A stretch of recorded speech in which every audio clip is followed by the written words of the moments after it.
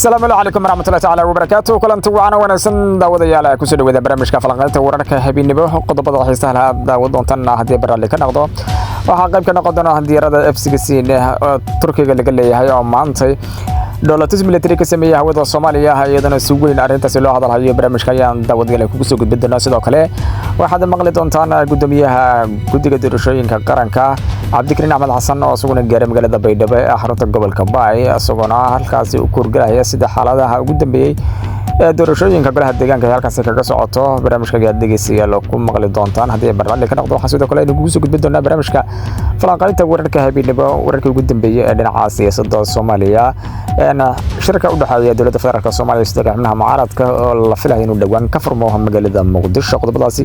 iyo qodobo kale intuu barnaamijka wada ku jirayaan daawadayaal halkan ay kugu soo gudbin doona hadii barnaamijka ka noqdo fadlan aad ku soo tahay YouTube-kana subscribe saar page-kana sidoo kale soo follow garee u diyaar garooba daawadayaal qodobadaas oo intaas ka faahfaahsan aan ku bilownaa diyaaradaha F-16 oo laga leeyahay dalka Turkiga ayaa maantay dowladdu sanad caadi ahaan waxay ka sameeyeen hawada Soomaaliya iyagoo la arkaya iyagoo si xaragale ugu dul haabayay hawada Soomaaliya oo ay ka sameeyeen gafureeg waxayna ku soo wareegeen geeyiga Soomaaliyeed geeska iyagoo intaasi baadi goobayay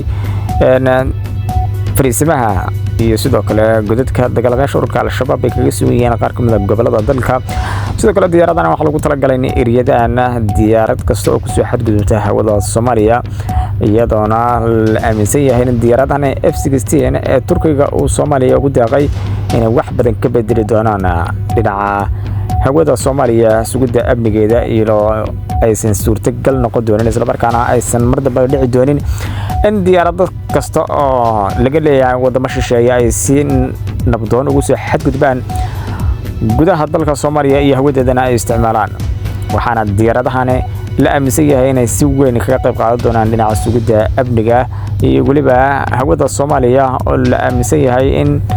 ay mar walba ku soo xadgudbaan diyaaradaha laga leeyahay dalal shisheeye oo aan si aan caadi ahayn markaasi ugu dul dawaafa ama uba adeegsadaba waxaana ugu daranba wadamadaasi sida qaladka u adeegsada hawada Soomaaliya dalka isku taga Imaaraadka Carabta oo khilaaf xooggan oo kala dhaxaya dowladda federaalka Soomaaliya oo muddo dhowr jeer xadgudub baahsan ku sameysay hawada Soomaaliya waxaana ugu darnayd markii hogaamiyihii koonfurta dalka Yaban ay ka soo safrisay dalkaas isla markaana ay si tahriibiyaan ku marsaysay gudaha dalka Soomaaliya iyagoo ugu dambeyntii u dhoofiyay magaalada Dubai caasimadda dalka isku taga Imaaraadka Carabta halkaas intaas wixii ka dambeeyay dowladda federaalka Soomaaliya waxa qaaday tillaabooyin waaweyn oo ay kaga hortagayso arintaas inaysan mar dambe ay dhicin in hawada Soomaaliya lagu xadgudbo dowladda Turkiga iyo Soomaaliya ayaana hore u kala saxiixday heshiis dhinaca difaaca oo markaasi dhinac walba haday noqon dhinaca badda dhinaca hawada iyo waliba howlgallada dhinaca dhulka ee fentriga lagula dagaalamayo dagaalamayaasha ururka Al-Shabaab oo marar badan ay ciidamada Turkiga iyo sidoo kale diyaaradaha dagaalka ee dalka Turkiga hadii ay noqon lahaayeen kuwa hadda la keenay iyo waliba kuwa ka soo horeeyay intaba howlgallo culus ay ka fuliyaan qaar ka mid ah gobolada dalka ay ugu horeyso magaalada Jilib markaasi ay si weyn ugu xoogan yihiin dagaalamayaasha ururka Al-Shabaab lana dhihi karo madaxweynaha ugu waaweyn Al-Shabaab ayaa halkaas ku sugan waxaana marar fara badan halkaasi ciidamada dowladda federaalka Soomaaliya gaaraan kuwa cirka oo kaashanaya kuwa Turkiga ay halkaasi ka fuliyeen howlgallada culus iyadana halkaasi lagu qareejiyay dagaalamayaasha ururka Al-Shabaab kuwa ugu waaweyn oo halkaasi meedadkooda laga soo saaray diyaaradahan F-16 oo sida xaragada lamaantay howlgallada ama la tuska ugu sameeyay hawada Soomaaliya ayaa si weyn baraha bulshada u qabsaday jaraa'idada caalamka iyo warbaahinta TV-yada caalamka ayaa sidoo kale hadal haya horumarka ay dowladda federaalka Soomaaliya ka gaartay dhinaca ciidamada dhiska dhinaca cirka iyo waliba diyaaradaha cusub ay dowladda federaalka Soomaaliya la timid waxaana jaraa'idada caalamka markaa fiirisay ama wararkaba ay si weyn u qaada dhigayaan arintan maanta ka dhacday hawada Soomaaliya waxaana ay ku tilmaamayaan wararka caalamka ama dhinaca jaraa'idada iyo wargeysyada caalamkuna ay qorayaan in Soomaaliya iminka sidii la moodayay aysan ahayn oo ay ka gaartay horumar aad u ballaaran dhinaca ciidamada cirka oo iminkaba ay dowladda Turkiga ugu deeqday ilaa 3 diyaaradood oo F-16 ah kuwaas oo si xawliya markaasi tijaabo ugu sameeyay maanta hawada Soomaaliya si weyn ayaa arintaasi loo hadalhayay maalmihii la soo dhaafay iyo waliba ciidamadani dowladda federaalka Soomaaliya ay sheegtay in ay u tababarayso dowladda Turkiga ciidamo kala duwan ayaa dabcan ay dowladda federaalka Soomaaliya tababar ugu dirtaa dalkaas Turkiga iyagoona tababar kala duwan ku soo qaata waxaana dalka dib ugu soo laabtaan iyagoo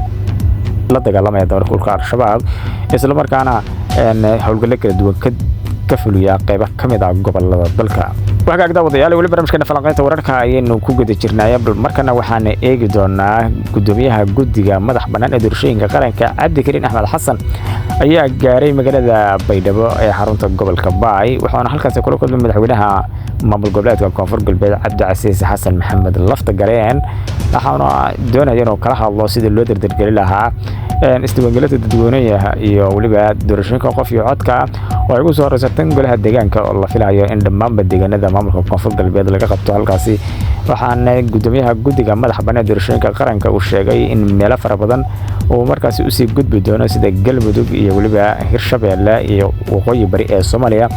halkaas uu doonayo inuu ka hirgeliyo doorashooyinka qof iyo codka oo waliba doorashooyinkaasi ay noqon doorashooyinkii golaha deegaanka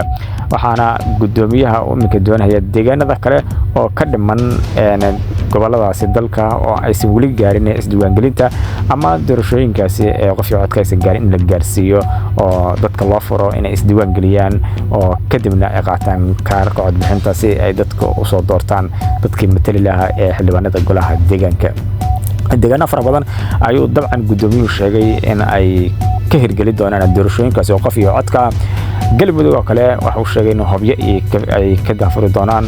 in halkaasi ay ka hirgasho doorashooyinka qof iyo codka oo dadweynaha halkaasi ku dhaqanaysa diiwaan galiyaan kadibna ay qaataan kaarka codbixinta waxa uu gudoomiyuhu iminka uu joogaa magaalada Baydhabo isagoo halkaasi kulmo kala duwan la leh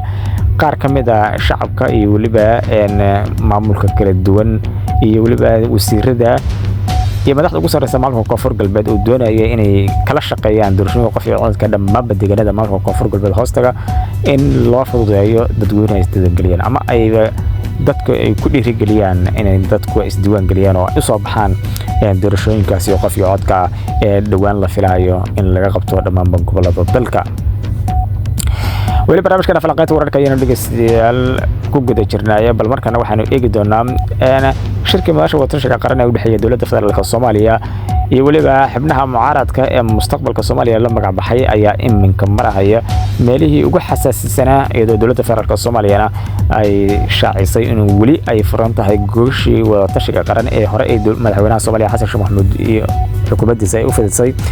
waxayna intaas ku dareen in ay wax laga xumaado tahay wixii ka dhacay markaasi 1 bisha Febraayo hawada Soomaaliya oo laga celiyay diyaaradihii waday ilaalada madaxda maamulada Jubbaland iyo Puntland